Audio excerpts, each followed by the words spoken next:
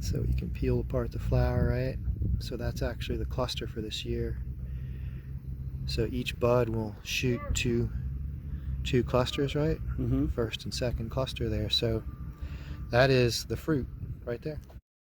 That is going to be the grapes. And so it starts right out of the gate, which is why they're so tender and so important.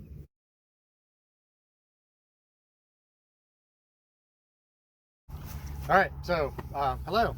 Good afternoon. I'm Robert Butts. I'm one of the owners here at Windridge Vineyards, and we are in the new vineyard, the Windridge Vineyard, to talk about bud break. So bud break is a very exciting time here on the vineyard.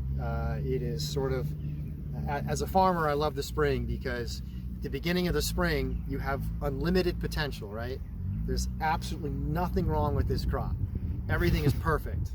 Every week that goes along, it gets less perfect. But right now, I love this time of year because the decisions that we make and the things that we do will help dictate the kind of wine that we make. So these vines here are 3 years old, which is why you can see some of them are only one cane on the wire, some of them 2 cane on the wire because they grow at a slightly different rate. We sort of call this a teenage vineyard, which means they are sort of exhibiting kind of a crazy growth habit, which means they bud out all over everywhere. And so our job right now is to thin these buds out and to try to teach these vines what we want them to do. So if you can look through here, we've already kind of come through and disbudded all of these flowers down here, because from here down, we're just trying to grow nice trunks, right? So if you think about it, each of these buds, when they're really young, is actually taking energy away from the vine. And so really we want to control how much the vine has to work to grow and then how much it's going to have to work to make fruit. And so one of the things that we do when we try to decide, you know, the kind of wine that we want to make, right? So this is the first decision that we sort of make as far as wine quality, and that's thinning the buds on the wire. So because this is Chardonnay, I like to leave 5 buds up on the top of the wire, and so right now I've got 1, 2. So I'll go ahead and just start thinning these buds off, just to give me, so just to give me, in this particular case, right, I'm going to leave 1, 2, 3, 4, and 5, right?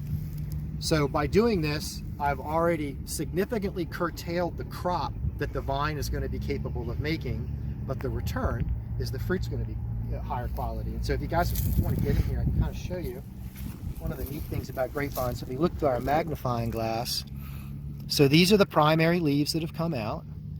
And when a grapevine buds out, its fruit clusters, it will shoot 2 clusters per shoot. And those clusters are there essentially from day one. So when you think about it, these tender little shoots, it's just so critical that we take good care of them, because this is the only fruit that this vine will shoot all year. If this cluster gets damaged in any way, it won't fruit, which is why I'm, quite frankly, a little bit nervous today. We hear about some potential snow coming in Hagerstown this week, potential lows in the mid-30s tonight, tomorrow night, and Thursday night. Temperatures below freezing will kill these buds, which means we'll lose the crop for the year. So we're hopeful that won't happen, and there's some management things in the vineyard that we can do to help prevent that. But unfortunately, if you're a grape grower, frost risk is just one of those things that you have to learn to live with. But anyway, all in all, this is beautiful Chardonnay, and it's just kind of funny for me because I spent a lot of time out here working in the vineyard, and you know, with all, obviously with coronavirus and all that going on, our world has been so upended. But this particular situation here hasn't changed at all, right? Spring is still here. The vines have still budded out. So my job sort of in some ways hasn't changed. And for me, it's just, I don't know, it makes me feel good to come out here and look at this and say, wow, this at least hasn't changed in my world. This is also very enjoyable work. I like doing it. It's easy, and it's just kind of mind relaxing. The only downside is we have to do this about 55,000 times this year to get all of our vines ready. So, and if you want to look down the road here, bud break is here, and these will start growing several inches a day. So it's we've really got to start getting more. So with that, I hope you guys enjoyed the bud break video, and really look forward to seeing you guys at the winery as soon as we can. Take care.